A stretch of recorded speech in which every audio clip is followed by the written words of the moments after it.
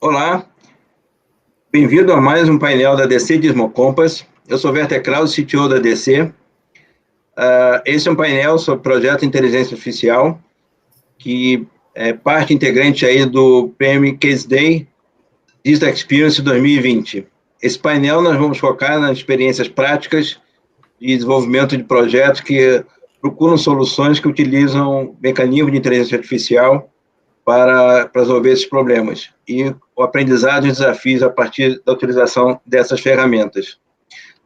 Comigo, o Leonardo Calil, superintendente de arquitetura da Horizon, Anderson Porcari, que é gerente de projetos da DC, atuando em projetos de IA na Horizon, o Celso Azevedo, que é cofundador e CTO da ITH, e também coordenador aí do programa de inovação bipartite entre Brasil e Canadá. Fabiano Castelo, que também é um consultor associado da DC, e owner da CData, também, e especializado e focado nesse segmento também de projetos de inteligência artificial, tanto em treinamento quanto também em consultoria. Bom, bem-vindos, panelistas. Vou introduzindo aqui um pouco o contexto do painel. Projetos de IA, hoje, apesar de toda a crise, eles têm sido ainda sendo mantidos os investimentos em muitas empresas. E por que isso acontece? De certa forma, ainda é um elemento estratégico das organizações que estão buscando a transformação digital.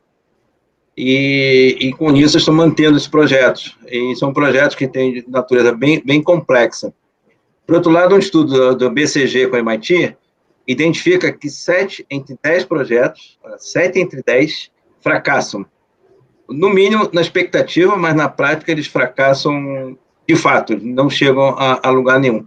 Então, a ideia desse painel é exatamente explorar um pouco desses aprendizados que essa turma tem, para a gente verificar como se desenvolver projetos que acabam, no final, sendo bem-sucedidos, apesar de todos os desafios.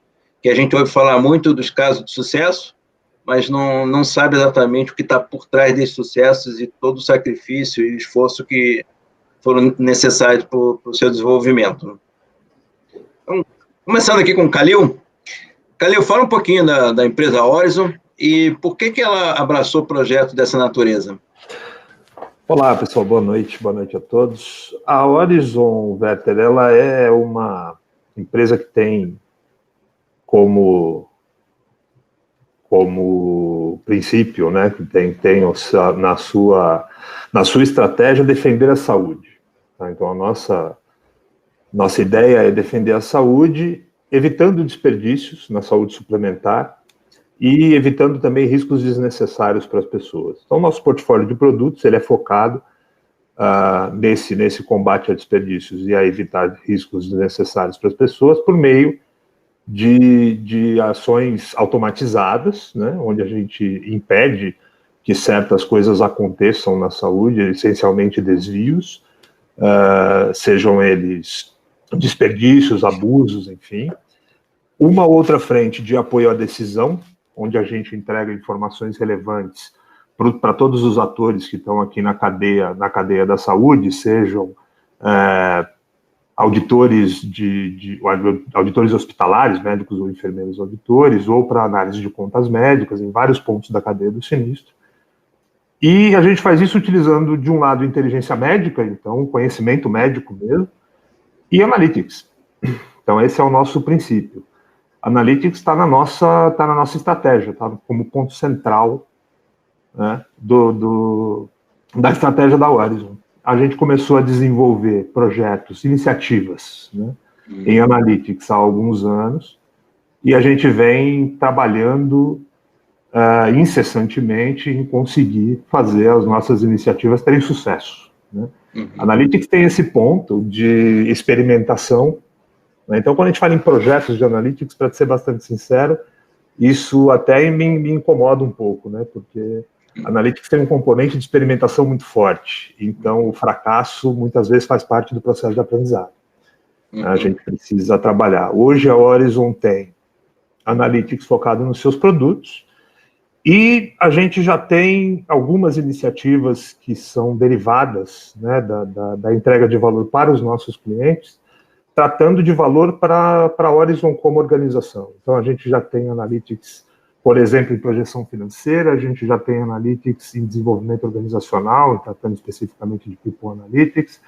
Eu não vou dizer que a gente tem Analytics de maneira pervasiva na organização, porque eu estaria sendo exagerado.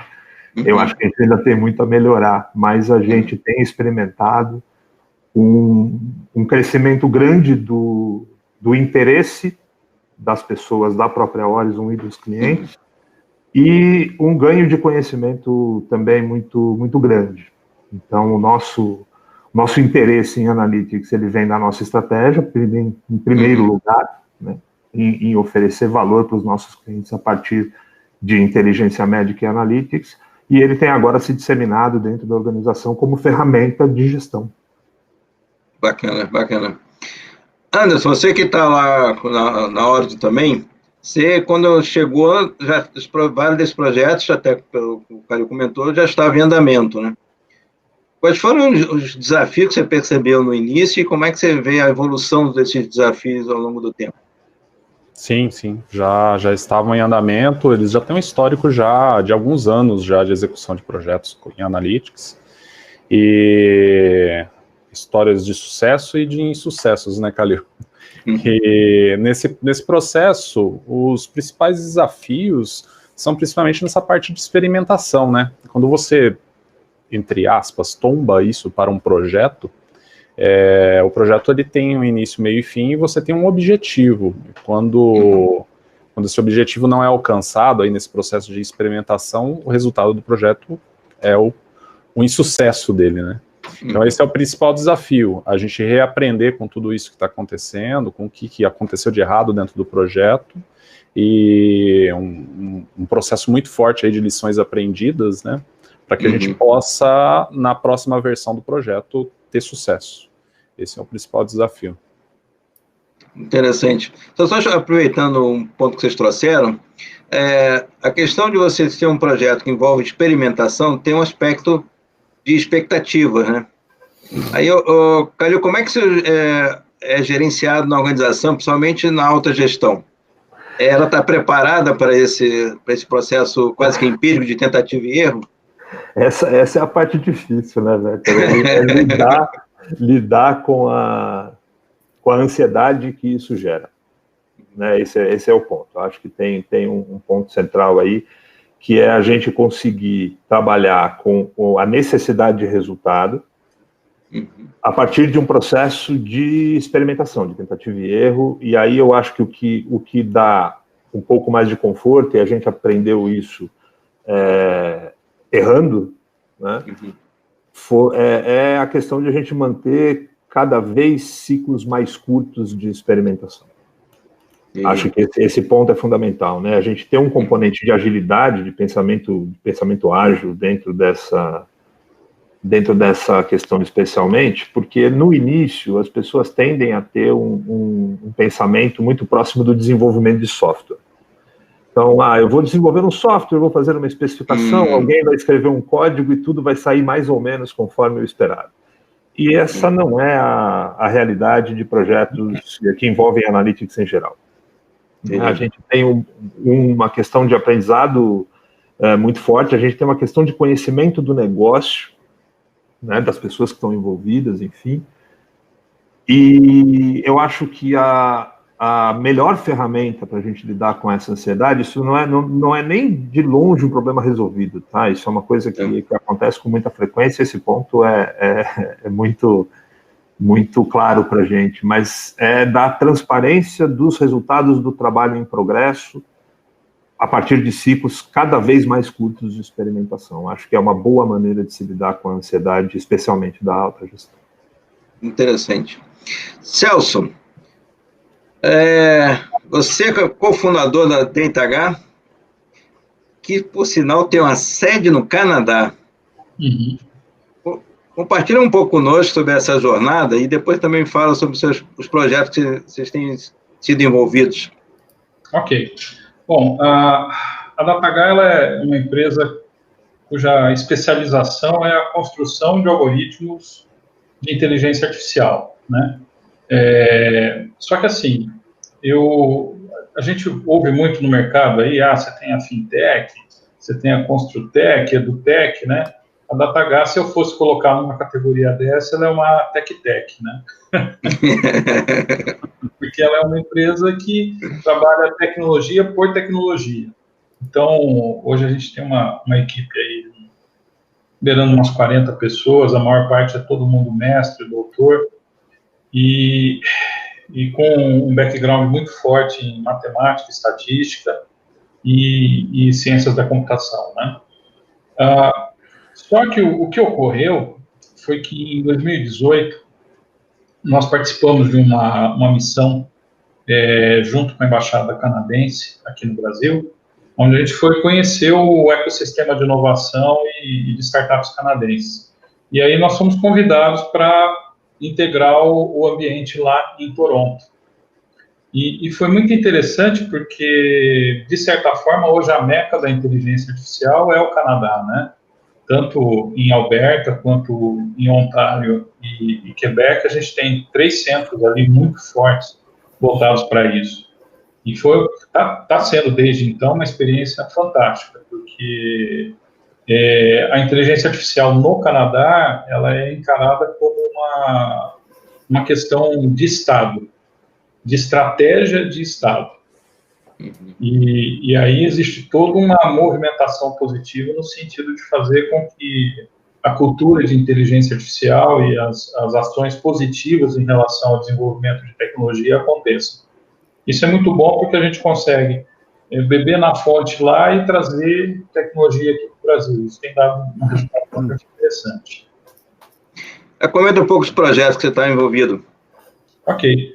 A gente tem, basicamente hoje, né, a DataH, ela trabalha junto com empresas, desenvolvendo alguns algoritmos. Então, por exemplo, a gente desenvolveu um comprador virtual, né, um algoritmo que faz análise de cotações e etc., tentando buscar a melhor situação de compra.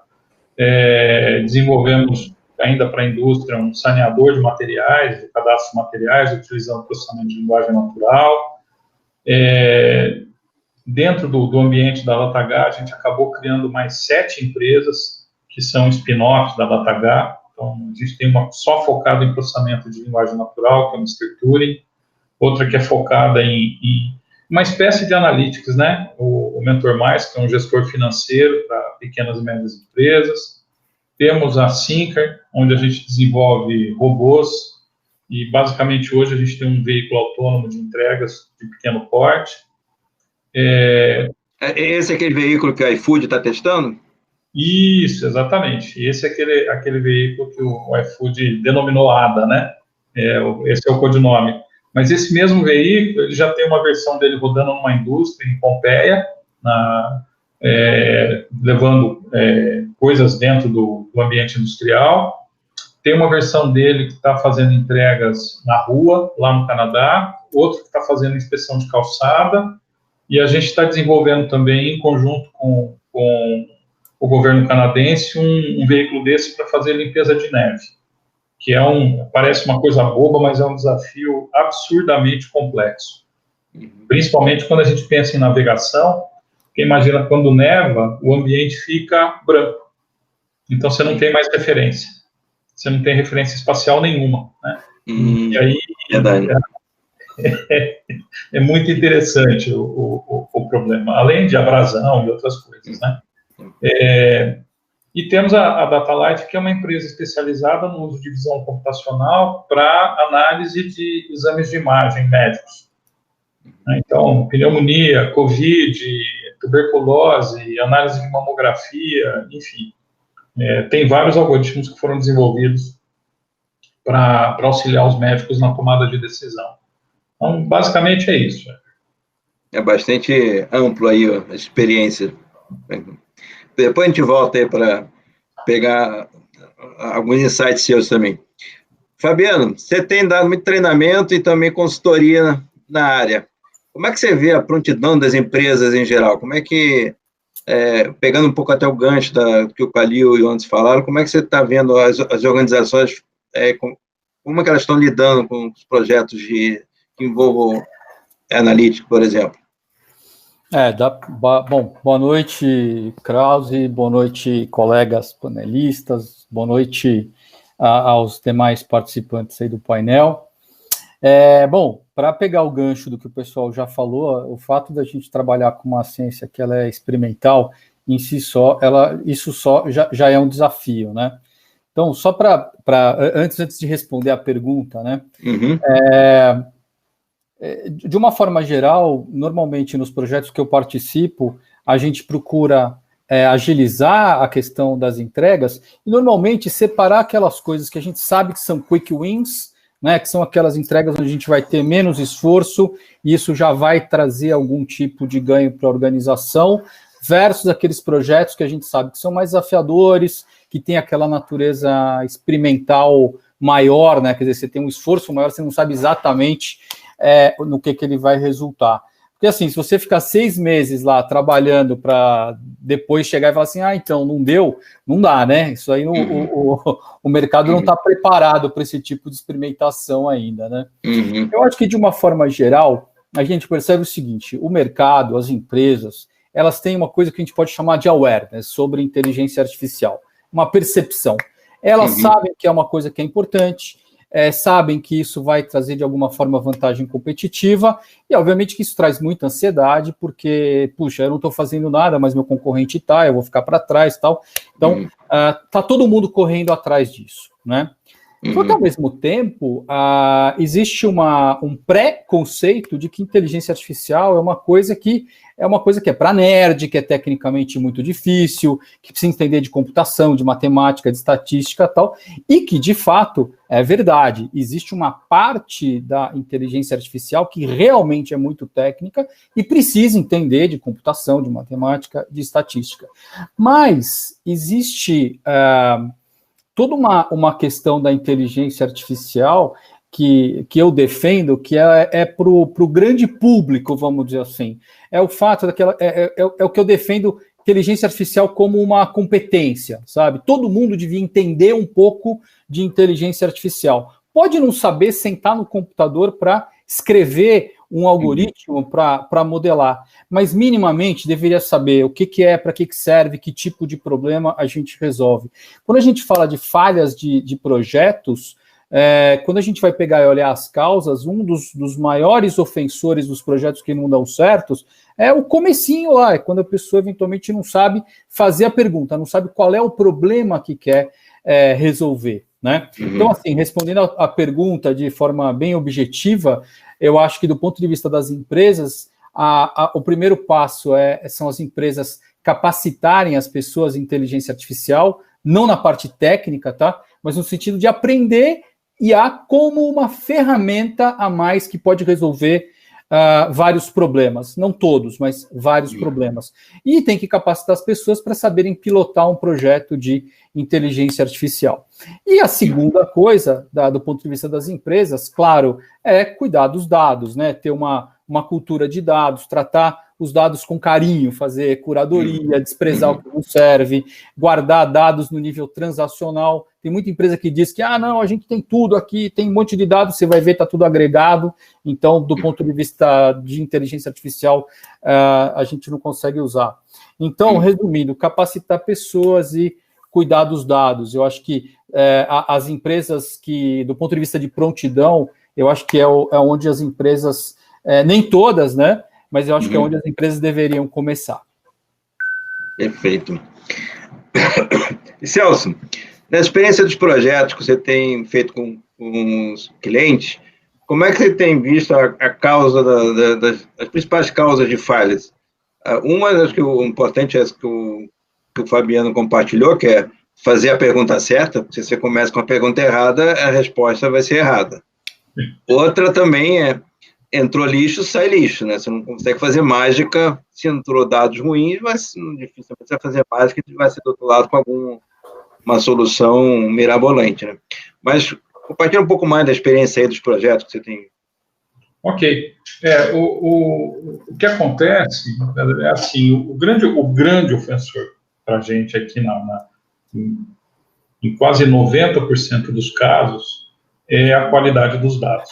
Essa é a parte sofrível, né? Cansei de conversar com empresa que o cara fala, a gente tem um monte de dados. E aí você descobre que ele tem um bando de dados, né?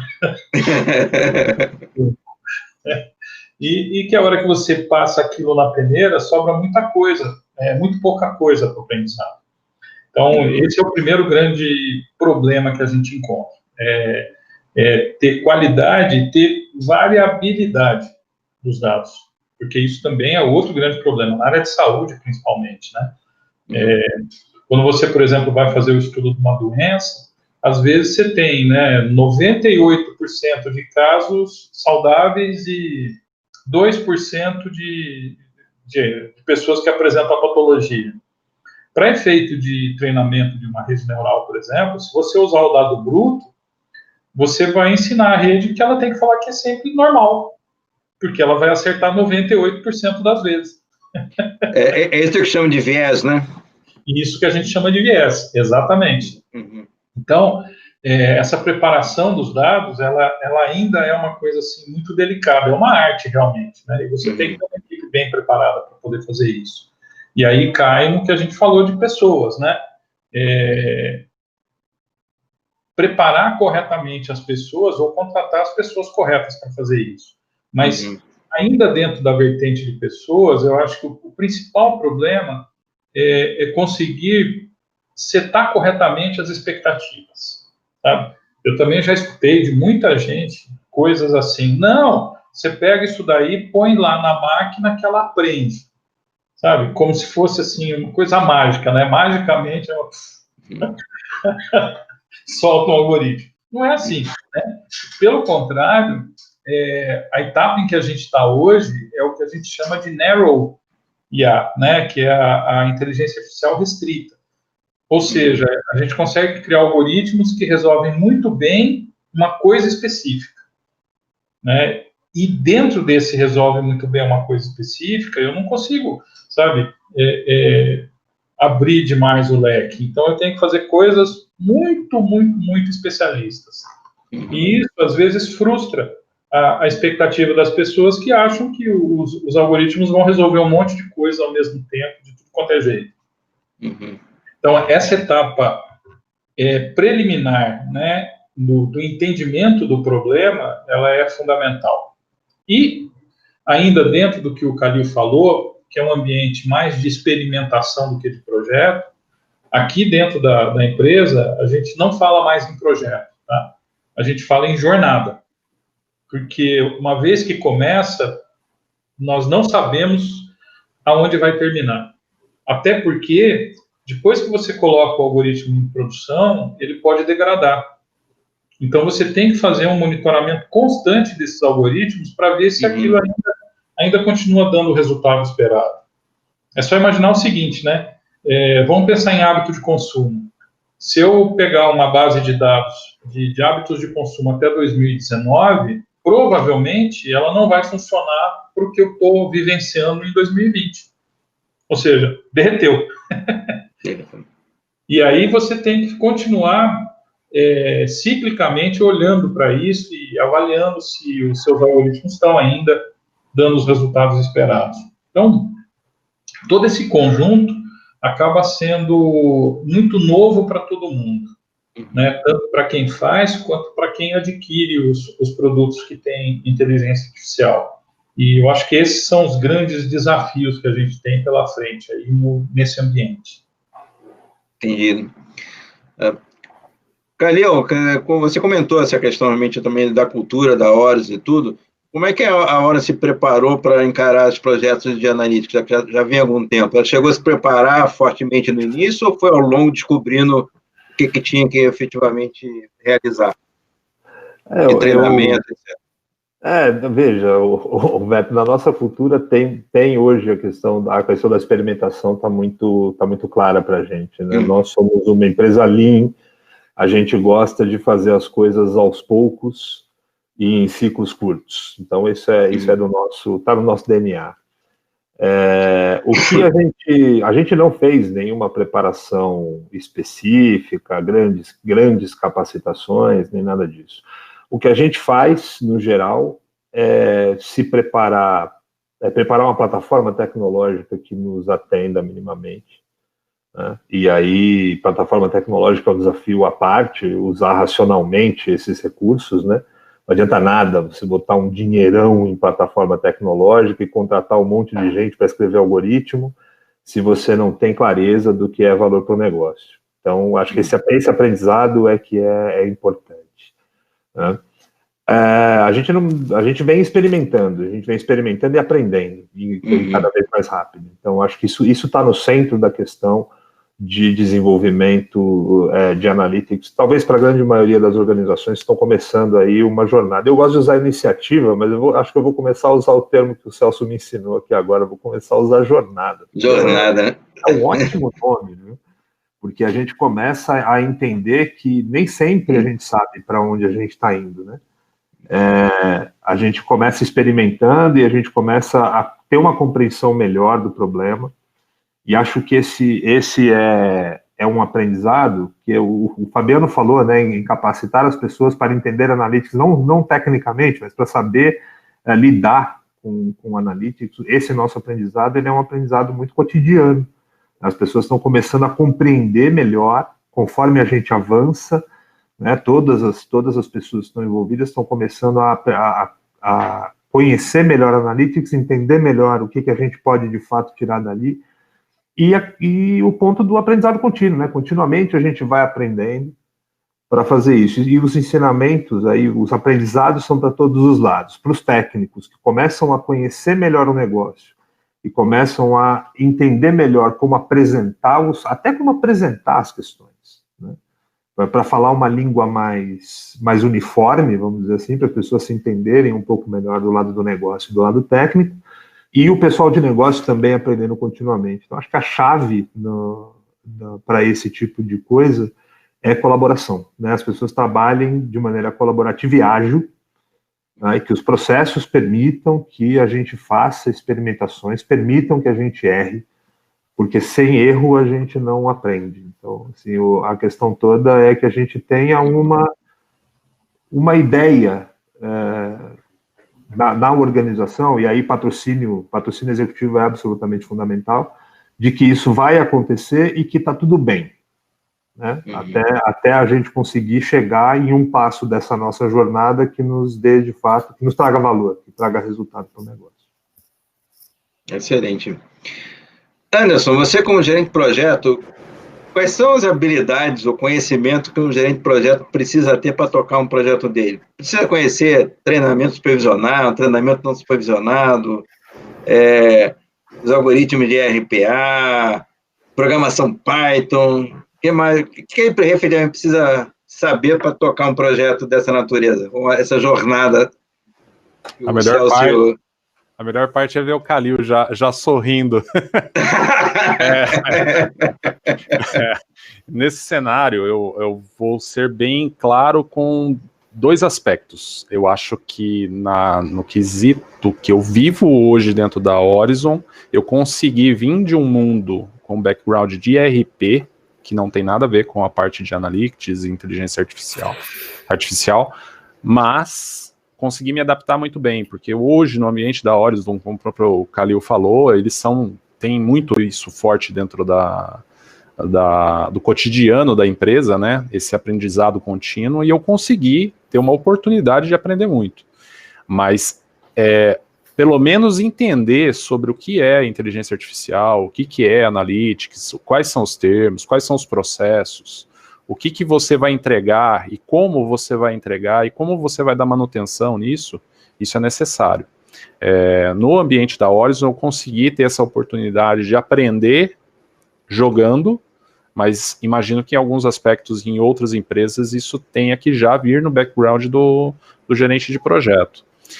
Hoje, lá dentro da Horizon, a gente tem essa camada de comunicação que o Kalil falou, sobre levar as informações e deixar todo mundo ali no mesmo radar, na mesma página, isso o gerente de projeto faz muito no dia a dia, né? Então, você ter que entender o que o técnico disse e levar isso para um diretor ou para um CIO ou uma pessoa de alto nível é complexo. Então, você tem que entender o que você está falando e realmente tem essa necessidade. Você, tecnicamente, desenvolver, literalmente, sentar e desenvolver, não, mas você entender as nomenclaturas, entender o processo é importantíssimo. E o Fabiano, como é que você vê uma jornada para treinar pessoas para que apoiem projetos ou jornadas de projeto de inteligência artificial? Como é que você vê isso numa empresa? Essa é uma pergunta de $1 milhão, né? Porque hoje é o seguinte, o cara aprendeu a fazer query SQL, vai lá no LinkedIn, pum, cientista de dados. É verdade. Entendeu? Eu acabei de ajudar uma empresa num processo de contratação, entrevistei mais de 40 pessoas, e assim, o nível de heterogeneidade de conhecimento é muito grande e muito difícil, na verdade, de você separar o joio do trigo. Agora, se a gente for partir do princípio, né, a gente for pegar assim, o cientista de dados, por uma definição que, inclusive, não é acadêmica, tá? Ninguém na academia escreveu isso, mas é a definição que ficou famosa, é aquele cara que entende da computação, da matemática, estatística e do negócio. E é uma definição que cabe muito bem, porque na prática a gente vê que realmente é o que precisa. Então, quando você pega e fala assim, jornada para aprendizado, se você pegar essa garotada que hoje sai, conhecimento hoje, ele é gratuito ou ele tem custo marginal. Então, é muito mais uma questão da pessoa ter interesse de sentar e aprender. Então, assim, com 22, 23, 24 anos, você pode manjar tudo de computação e pode manjar de matemática. O problema é o negócio, porque o negócio você não aprende, o negócio é uma coisa que é a experiência, é a experimentação, como o Calil falou, é aprender errando, não é? Ou seja, quando a gente fala de qual que seria uma jornada, né, para um aprendizado, tal, eu acho que a gente tem dois caminhos muito claros. O primeiro é daquelas pessoas que querem eventualmente seguir por esse lado técnico, e hoje é muito fácil, porque, como eu falei, o conhecimento ele é gratuito, é marginal, depende muito mais da disciplina da pessoa de querer aprender, mas eu acho que tem um nicho para muita gente hoje que são pessoas que têm aí 10, 15 anos de experiência profissional e que vão estudar inteligência artificial que não seja para escrever algoritmo, para sentar, talvez ele não seja o cara que vai sentar no Python e aprender a mexer nos algoritmos e tal, mas ele vai conhecer inteligência artificial para justamente supervisionar projetos, para saber contratar um cientista de dados, né, para entender dentro da companhia, com a experiência de negócio que ele tem, o que funciona, o que não funciona. Não é? E, obviamente, usar essa experiência que ele tem em negócios para minimizar o risco de um projeto de IA não dar certo. Né? Então, dava para falar mais tempo aqui também, mas a gente tem uma hora para falar de tudo. Acho que isso aqui, na verdade, sumariza eu acho que as principais ideias. Não, legal. Até um pouco na linha que você falou, eu li recentemente, eu não tenho agora de cabeça os números exatos, mas um estudo aí do Fórum Mundial é que vai ter uma mudança aí de posto de trabalho bastante expressiva, né? Mas o saldo também é expressivo positivo, né? Você vai ter, talvez, uma perda, com automatização de algumas tarefas, uma perda de 70 milhões, se não me engano, uma ordem de grandeza dessa de posto de trabalho, mas vai ter um acréscimo de 80 milhões, inclusive de profissões que ainda nem foram criadas, propriamente dito, em função até de ampliação dos projetos. Uma complementação? Claro. É o seguinte, você pode fazer o melhor algoritmo do mundo, preciso, claro, ótimo, perfeito, tecnicamente, academicamente e tal. Se ele não resolve o problema do negócio, não serve para nada. Você só tem um algoritmo muito bem feito. E isso daí, mas é engraçado isso, porque muitas vezes as pessoas não percebem. Há 20 anos começaram a vender sistemas de informações gerenciais, quando começou os ERPs, não foi? Então, É o mesmo princípio. Se você olhar aquele dashboard maravilhoso e você não agir sobre o outlier, sobre a tendência e tal, o que você tem?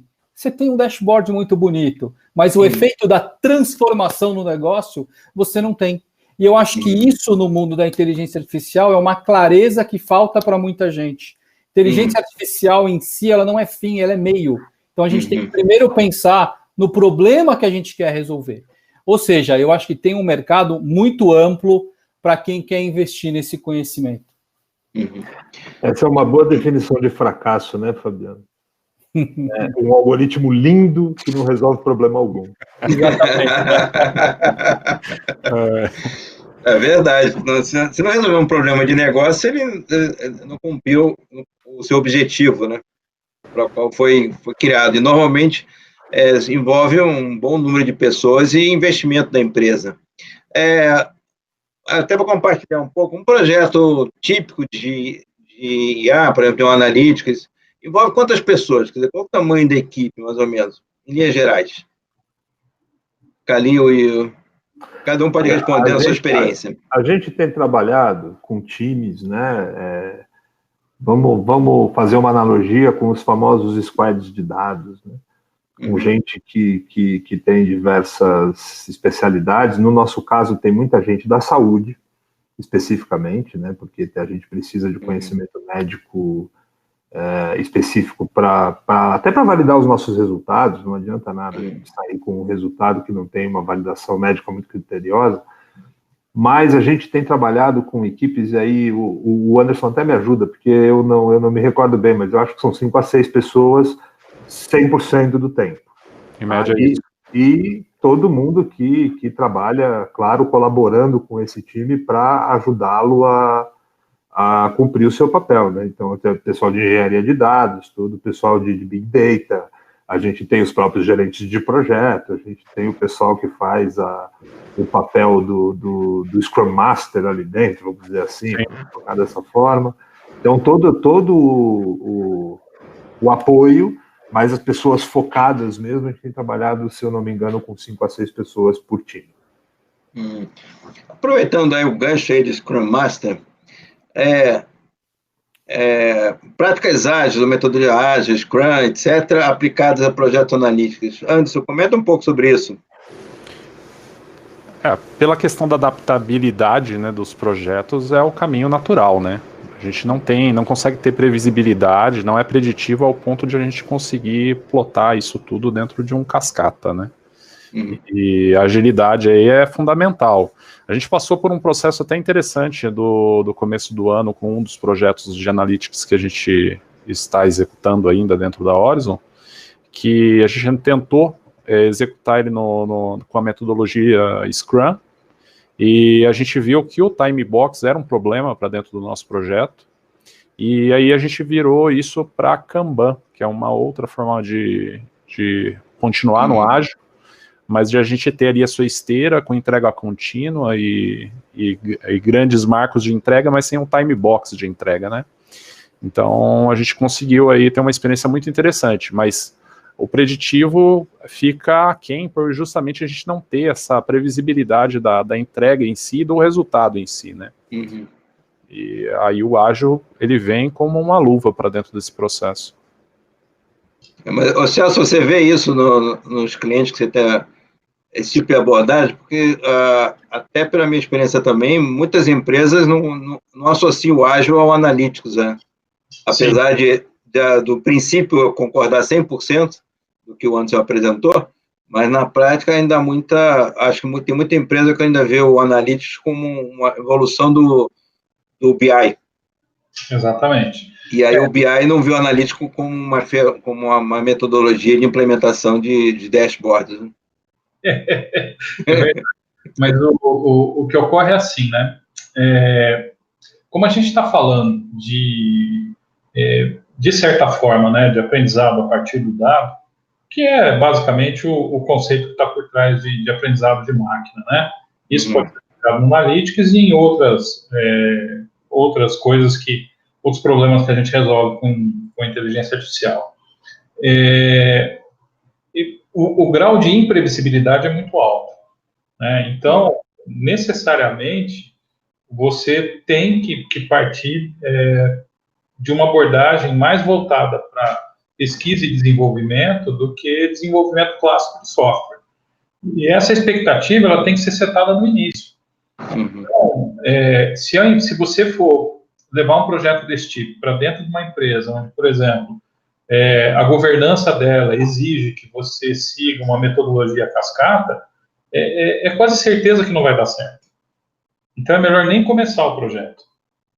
Porque não existe métrica, por exemplo, para você poder medir tempo que você vai gastar na preparação dos dados. Você não sabe o que eles estão? É simples assim, né?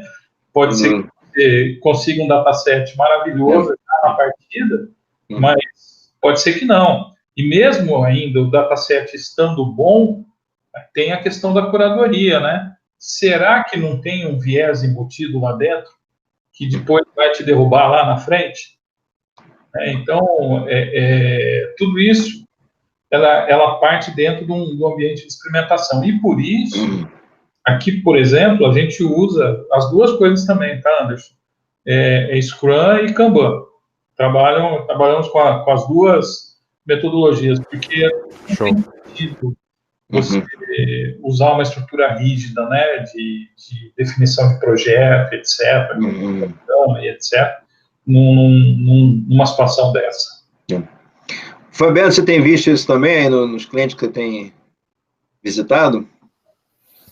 Na verdade, os projetos que eu tenho, eles são bastante específicos, como o Celso comentou, né, Narrow AI, e normalmente não são projetos muito amplos, né? Entendi. Então, na verdade, são poucas pessoas que estão envolvidas. Eu tenho me dedicado praticamente em projetos de saúde nesse ano. A maior parte dos projetos são de saúde, e aonde eu acabo tendo muita interface com as pessoas do negócio, né, que são médicos, tá? Mas, de uma forma geral, eu concordo, tanto com o Celso quanto com o Anderson. Legal.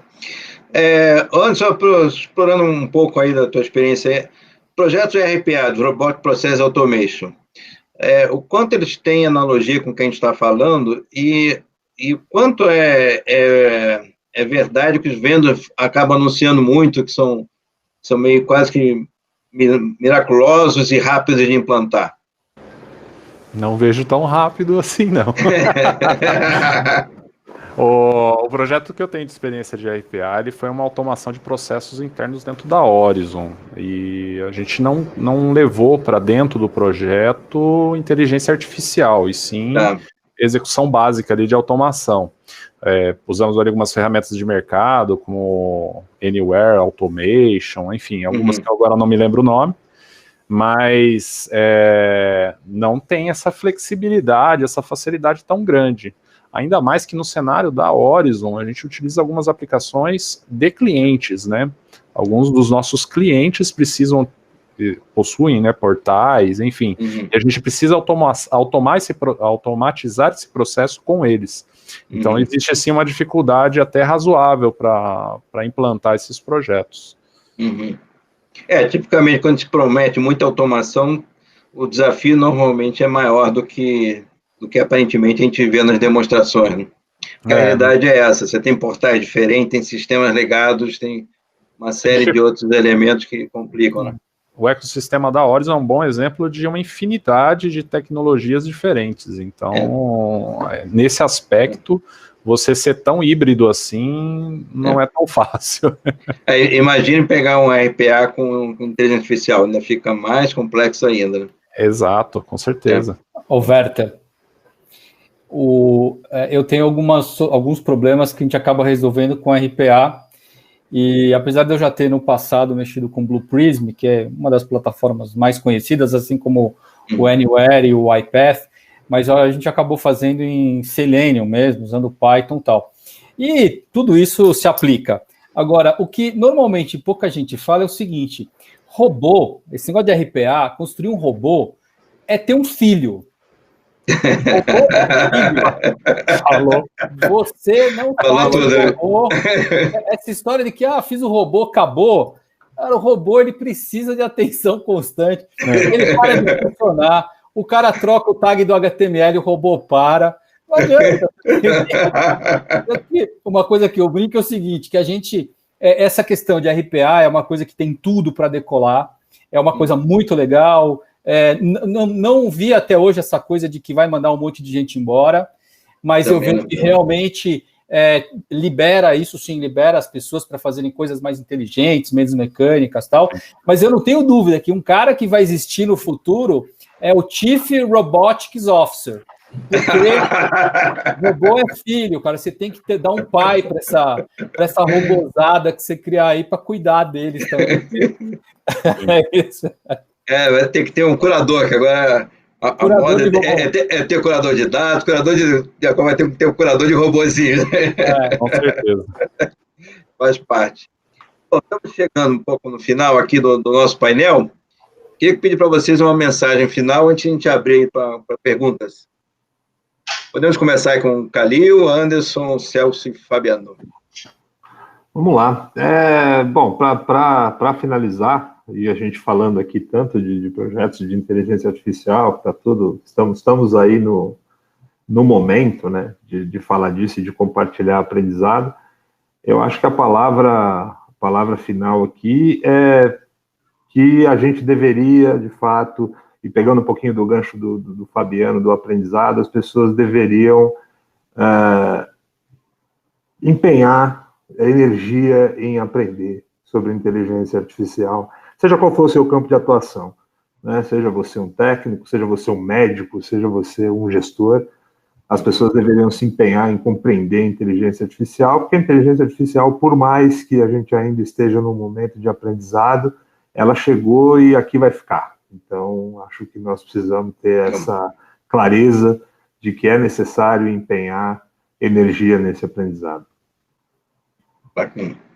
Anderson? Primeiro, eu queria agradecer essa oportunidade fantástica, foi muito bom estar aqui com vocês, o bate-papo foi muito legal, evoluiu até para mim, eu acho que muita coisa eu aprendi aqui hoje, e eu acho que como palavra final aí, eu vou complementar aí com o que o Calil falou, não só aprendizado, a vontade de querer aprender, mas também entender o que isso afeta você no dia a dia. Eu acho que a inteligência artificial já está aí dentro do nosso Facebook, dentro do nosso Netflix, e é uma camada ali de informações, de massa de informação que vem até a gente através de máquinas. Não tem mais o conceito de um ser humano ali entendendo se aquilo é bom ou não. Então eu acho que é interessante também a gente olhar com um olhar mais crítico no nosso dia a dia e entender o que isso afeta hoje a nossa vida, né? A tecnologia veio para nos apoiar, mas a gente tem que estar sempre olhando para ela e entendendo aonde que ela está apoiando, né, nosso dia a dia. Perfeito. Celso?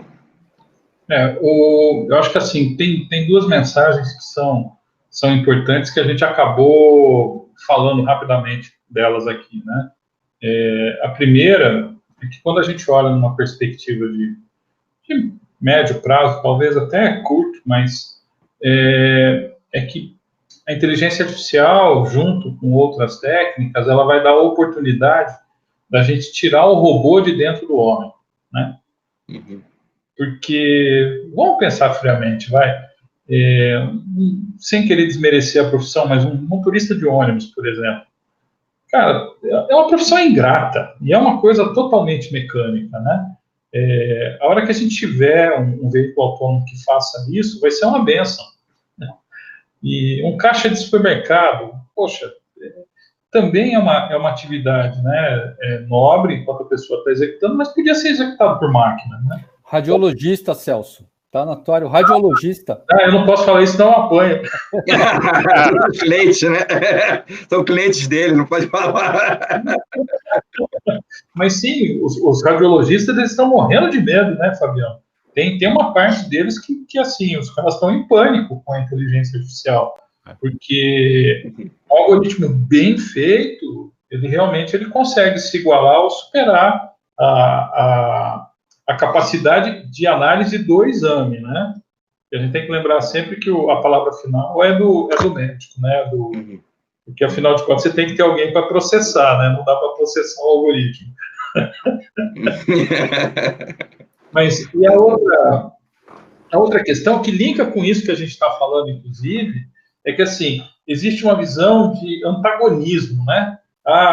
O homem contra a máquina vai tirar o emprego do homem. E eu não vejo assim, tá? Eu vejo essas tecnologias como coisas que potencializam a nossa capacidade.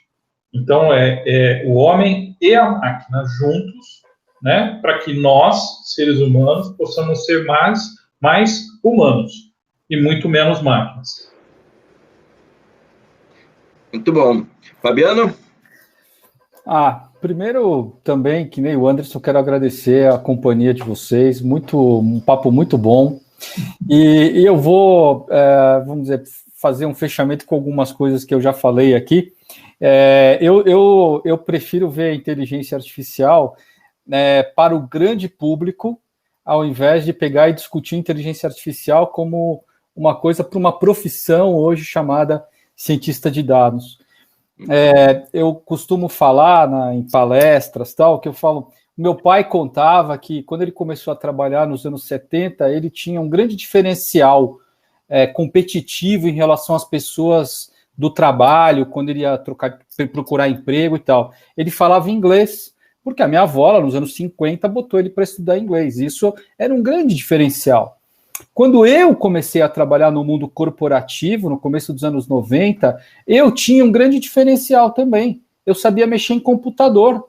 Eu fiz o meu currículo em Word 6, para DOS, não tinha Windows naquela época. Muitos dos meus competidores estavam trabalhando apresentando currículo com máquina de escrever, né? Então, assim, hoje em dia, você pega um currículo, um cara que escreve lá que ele entende de Office, é porque não tem muito mais o que escrever. É assumindo que você já sabe mexer com tudo isso. Então, assim, eu vejo que hoje a Analytics, de uma forma geral, e mais especificamente conhecer inteligência artificial dentro daquele conceito que eu falei, o que é, para que serve, que tipo de problema resolve, é realmente hoje um diferencial competitivo muito grande.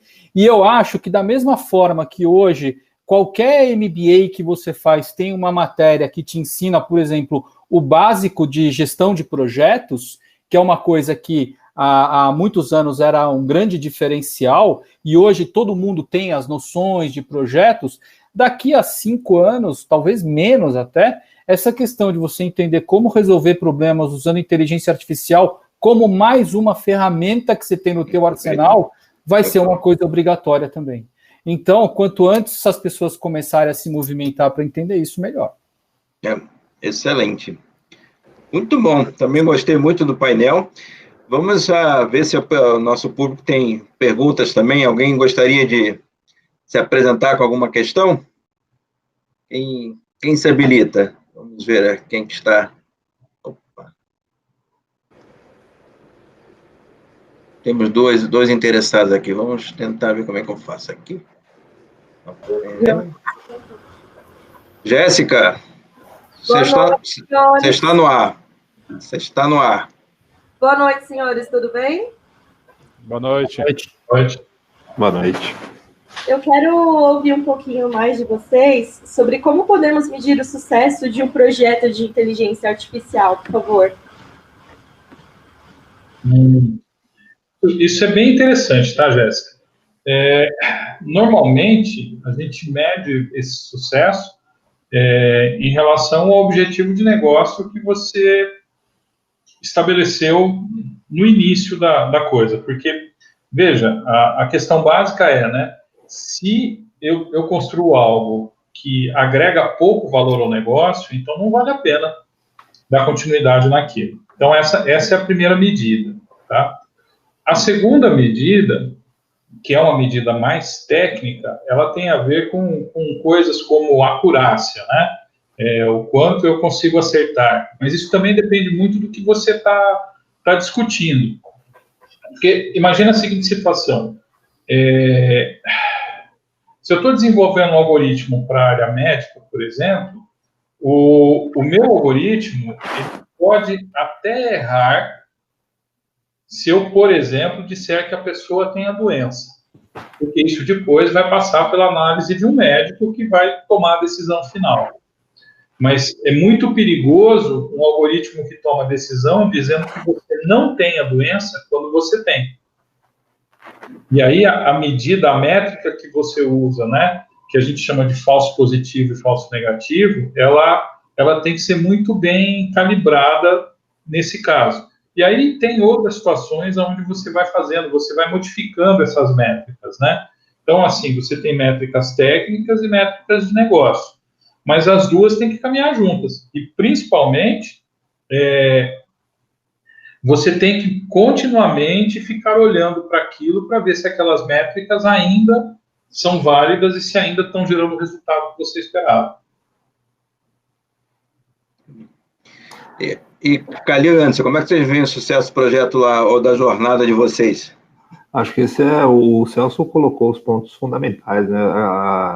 O primeiro resultado para o negócio, né? O cumprimento do objetivo do negócio, que é o que nós temos de expectativa. O segundo, as métricas técnicas, mas eu queria só reforçar o ponto de que o sucesso no projeto, naquele momento, ele não significa... É mais um filho. Vou colocar na conta dos filhos do Fabiano. Lá é mais um filho, o algoritmo é mais um filho. Você tem que cuidar dele e você tem que ter o esforço de ficar medindo e muitas vezes retreinando e muitas vezes retrabalhando alguma coisa, retrabalhando no bom sentido, porque é absolutamente necessário, trata-se de aprendizado, afinal. Né? Então, toda vez que alguma coisa importante muda, a gente precisa fazer com que o algoritmo tenha essa capacidade, né, de reaprender isso e de poder ter clareza do que mudou. Então, isso é um trabalho contínuo. O sucesso no projeto, acho que a mensagem é o sucesso no projeto, naquele momento, ele não significa que você pode descansar, ele não é um sucesso contínuo. Você tem que cuidar dos seus filhos até que você possa ter tranquilidade com ele. Perfeita conclusão. Eu só complementaria que sucesso é momentâneo. Concluindo, né?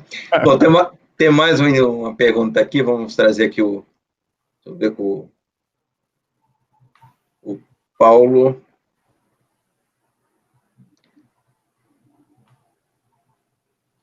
Boa noite aí, senhores. Estão me ouvindo? Boa noite. Estamos ouvindo. Tudo bem aí, gente? Mr. Anderson, mais uma vez. Dizer para o Celso aí que eu já tinha ouvido falar de jornada de usuário, mas uma iniciativa ser denominada como jornada foi uma grande sacada. Vou passar a usar também jargão essa denominação, que é bem interessante. Mas eu queria só entrar um pouquinho mais profundo num detalhe. Muitos de vocês aí deram uma abordagem muito interessante sobre o perfil do gestor de projetos, e até o Fabiano teve essa grande sacada de falar sobre skills, né, sobre diferenciais competitivos. Mas nos dias de hoje, por exemplo, nos projetos cada vez mais voltados aí para data science, para analytics e BI e tudo mais, um profissional hoje que ele vai atuar como um gestor de projetos, vou até abrir minha câmera aqui, ó, pronto. Profissional de que vai atuar aí como gestor de projetos, né? E ele vai se envolver com uma equipe aí que tem matemáticos, que tem programadores, que tem cientistas de dados, especialistas em administração de dados, que manja muito de ETL. E aí, cara, qual que é o perfil que esse cara precisa ter, além do soft skill, que a gente já sabe que é extremamente importante e interessante nas iniciativas, mas em termos de hard skill, cara, o que esse cara precisa ter para ser um diferencial competitivo? Na parte de gestão, você fala? Porque assim, o cara vai trabalhar com projetos, ele vai gerenciar um projeto que tem iniciativas, implantar uma inteligência artificial onde não tem, ou aprimorar alguma coisa que já está funcionando em Analytics. Por exemplo, nós vamos captar esse cara do mercado. O que eu vou olhar para esse cara em termos de hard skill, que eu vou identificar como um diferencial competitivo? Acho que inicia ali na parte do conhecimento de metodologias ágeis. Acho que isso seria não só um princípio, mas básico do que ele precisa conhecer. Eu acho que vivência dentro de algum projeto mesmo não sendo o gestor do projeto, mas pelo menos tendo uma vivência e conhecendo a estrutura de como isso é entregue e de como isso tem essa manutenção contínua, eu acho que isso também é um conhecimento interessante para um gestor. Aí eu passo a palavra aí para os outros, se alguém mais queira complementar com alguma coisa. Pergunta boa, né? Boa. Bom te ver, Calil. Já vi você várias vezes na Horizon lá, cara, e bom te ver aqui. Bacana. Uma pergunta muito boa, viu, Paulo? Assim, a pergunta que eu costumo fazer é qual que é o framework que a pessoa prefere. Porque se o cara não falar para mim que é CRISP DM, se não aparecer no discurso dele CRISP, KDD ou SEMA, eu já vou ficar meio assim, entendeu? Se eu acho que ele é um cara que talvez ele não tenha um conhecimento tão sólido do ponto de vista de conduzir um projeto de ciência de dados. E do ponto de vista de hard skill, por acaso eu tô fazendo uma dissertação de mestrado que é de perfil de cientistas de dados, e uma das coisas tem a ver com as habilidades, é uma das coisas que eu estou pesquisando. É absolutamente heterogêneo, e é muito difícil você pegar e perguntar, você procurar, porque vai depender muito do tipo de arquitetura que você está trabalhando. Por exemplo, eu uso muito, a maioria dos meus projetos eu preciso de SQL, mas eu até hoje não tive nenhum projeto que eu precisei usar Hadoop, por exemplo. E é uma coisa que a gente sabe que em projetos maiores, de grande porte, de grandes empresas, é absolutamente um skill importante. Então, assim, vai depender muito o hard skill do tipo de projeto que você tiver tocando, sem dúvida. Agora, um Pythonzinho básico, isso aí não dá para escapar, não. Não dá para escapar. Não, isso aí tem que ter. Meu único ponto nesse cenário é que, para o gestor de projeto, com equipes tão heterogêneas quanto as que a gente costuma trabalhar nesses projetos, né, você tem lá, cara, você tem engenheiro de Big Data com enfermeiro no mesmo lugar. Né? Então, é uma coisa incrível. Eu acho que o soft skill ainda é o diferencial. O cara que precisa ter condição de fazer esse povo todo colaborar. Esse é o ponto central. Assim, se ele tiver habilidades, conhecimento técnico, ajuda bastante. Mas ele tem que ser capaz de facilitar a comunicação e fazer esse pessoal todo tão diferente, que fala línguas tão diferentes. Se eu for te dizer, o maior desafio que a gente já teve num projeto relacionado à inteligência artificial foi as pessoas não se entendem. Até que elas consigam se entender, a gente já patinou um tanto e a gente precisa... Eu acho que essa figura do gerente de projeto, seja qual o papel que ele estiver assumindo ali dentro, é fundamental que ele consiga fazer com que as pessoas conversem de maneira produtiva. Acho que esse é o grande... Legal. Bacana, legal. Obrigado. Ufa, fiquei feliz que vocês não falaram que precisava ter barba, né? Porque eu sou o único aqui que não tem barba nesse painel. Barba é uniforme. Tá fora do clubinho, Werther. Tô fora do clubinho. E esse foi o nosso papo no backstage, quando a gente entrou aqui. Tem mais uma pergunta aqui do Leandro. Valeu, Paulo. O Leandro manda: parabéns pela excelente apresentação. Vocês já tiveram um resultado inesperado de algum projeto de IA que surpreendeu com alguma informação ou que gerou desconfiança? Eu posso falar uma coisa, tá? Real. Se o cara toma, ele faz um tratamento com azitro e hidrocloroquina, a chance dele morrer diminui. Cientificamente provado. Pelo TAP.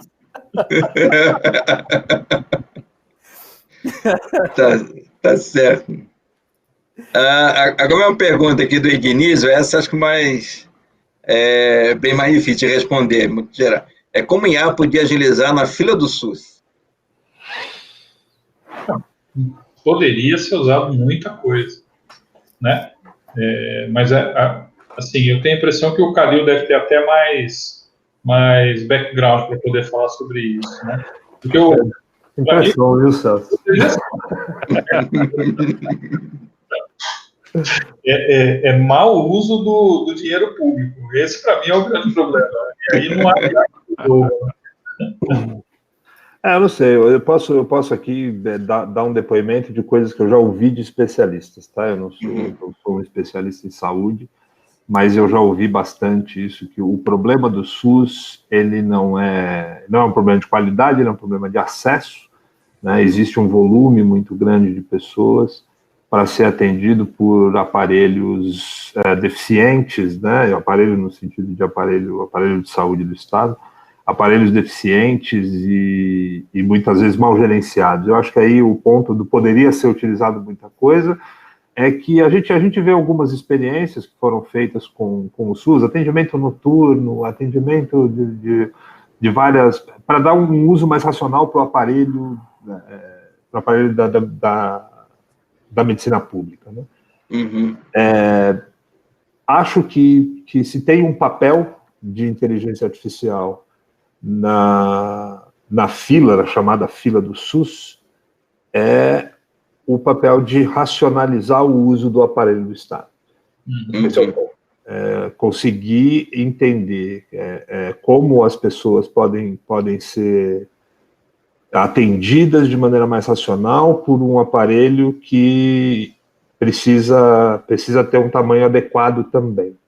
Né? Então, tem as coisas aí dos dois lados. Talvez prever o tamanho do aparelho e talvez ter, e aqui jogando uma ideia para cima, totalmente nascida agora, usar a inteligência artificial para ter clareza de demanda e poder fazer um investimento no lugar correto, da maneira correta, o investimento correto no lugar correto. Então, acho que esse é um dos pontos que poderia ajudar a trabalhar o uso do aparelho.